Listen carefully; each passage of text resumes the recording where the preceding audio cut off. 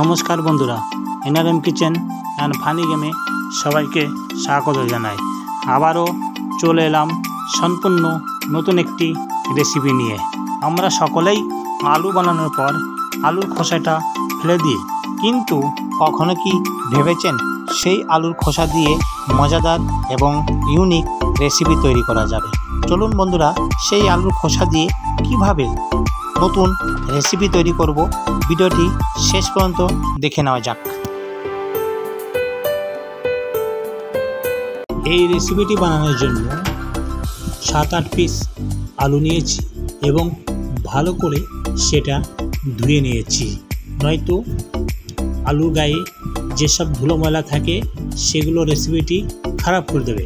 এরপরে আলুর যে খোসাটা সেটা আলু ছিলার মেশিন দিয়ে ছুলে নিয়েছি। এই যে দেখুন, ঠিক এইভাবে কত সুন্দর এই খোসাগুলো ছাড়ানোর পরে দেখা যাচ্ছে।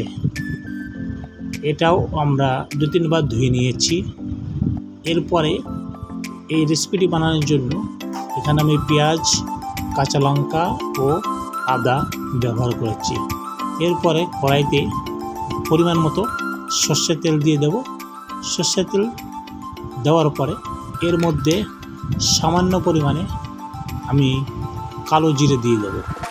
এরপর এই গরম তেলের মধ্যে আলুর খোসাগুলো একে একে দিয়ে দেব।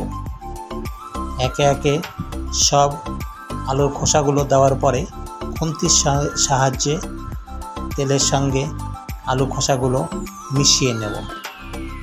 তারপরে এই খোসাগুলো একটু নেড়ে চেড়ে দেওয়ার পরে 1-2টি যে পেঁয়াজ কুচি করে রেখেছিলাম সেটা দিয়ে দেব এবং 4-5টা লঙ্কা এখানে দিয়ে দেব। আপনারা যেমন ঝাল খান সেই হিসাবে লঙ্কা দিয়ে দেবেন। তারপর একসঙ্গে এই লঙ্কাগুলো দিয়ে ভালো করে নেড়ে চেড়ে নেব। আর এইখানে গ্যাসের যে আঁচটা স্লো মোশনে বেশি দেওয়া যাবে না, দিলে আলু খোসাগুলো হট করে পুড়ে যাবে। এবার একটি টমেটো যে কুচি করে রেখেছিলাম সেটাও এর সঙ্গে দিয়ে দেব।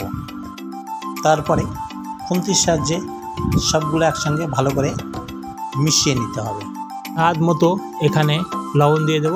এরপরে 1 চামচ হলুদের গুঁড়ো দিয়ে খুন্তির সাহায্যে ভালো করে মিশিয়ে নিতে হবে।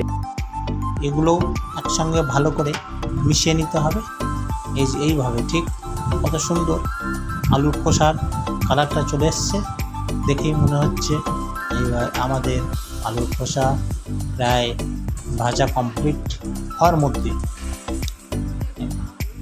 এই যে কত সুন্দর দেখাচ্ছে। এবার আলুর খোসাগুলো একে একে সব নামিয়ে নেব এবং একটি মিক্সি জারের মধ্যে নামিয়ে নিয়েছি।